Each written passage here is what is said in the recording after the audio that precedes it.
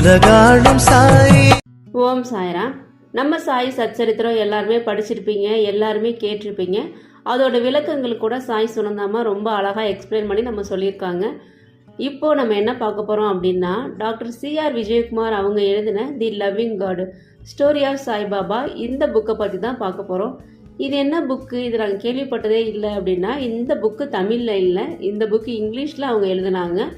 இந்த புக்கு ஏன் எழுதினாங்க அப்படின்னு பார்த்தீங்கன்னா, நம்ம சாய் சச்சரித்திரம் அப்படிங்கிறது பாராயணத்துக்கு உகந்த நூல். ஸ்ரீமத் பாகவதம், பகவத்கீதை அந்த மாதிரி தான் நம்ம சாய் சச்சரித்திரம் அப்படிங்கிறது பாராயணத்துக்கு உண்டான நூல். இந்த புத்தகத்தில் பார்த்தீங்கன்னா ஒவ்வொரு அத்தியாயத்திலையும் ஒவ்வொரு விஷயங்களும் ரொம்ப அழகாக ஹேமத் பந்த் எழுதியிருப்பாங்க. ஆனால் பார்த்தீங்கன்னா கண்டினியூவேஷன் இருக்காது. இப்போ ஸ்டார்டிங்கில் ஒரு அத்தியாயத்தில் ஒரு விஷயம் இருக்குது அப்படின்னா அதோட கண்டினியூவேஷன் பார்த்தீங்கன்னா வேற ஒரு அத்தியாயத்தில் இருக்கும். இதை நிறைய சாய் பக்தர்களுக்கு புரிஞ்சிருக்காது. அதனால பார்த்தீங்கன்னா டாக்டர் CR விஜயகுமார் அவங்க என்ன பண்ணாங்க அப்படின்னா, பாபா ஷிரடிக்கு 16 வயது வந்ததுலேருந்து பாபா மகா சமாதி அடைகிற வரைக்கும் ஒவ்வொரு விஷயங்களையும் அப்படியே கிரம வரிசைப்படுத்தி எழுதியிருப்பாங்க.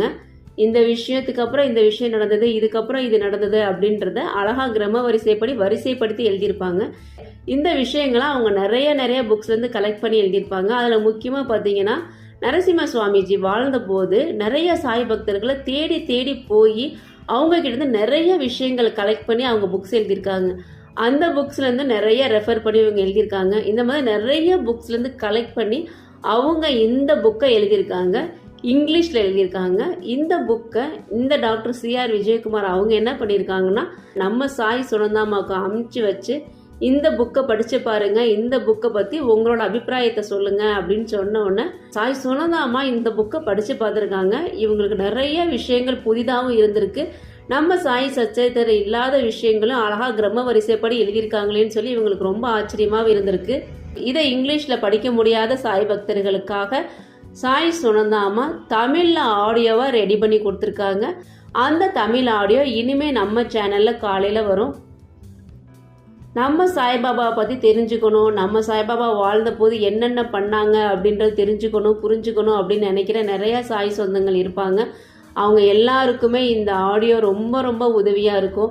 இதில் நிறைய விஷயங்கள் சாய் சுனந்தாமா சொல்லியிருப்பாங்க, புதிதாகவும் இருக்கும்.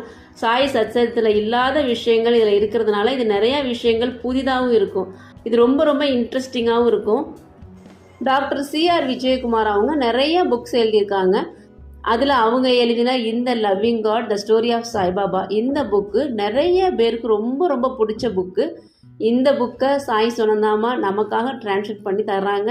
இதை நீங்கள் எல்லாருமே கேளுங்க, ரொம்ப இன்ட்ரெஸ்டிங்காக இருக்கும். உங்களுக்கு தெரிஞ்ச சாய் சொந்தங்களுக்கும் இந்த வீடியோ ஷேர் பண்ணுங்கள்.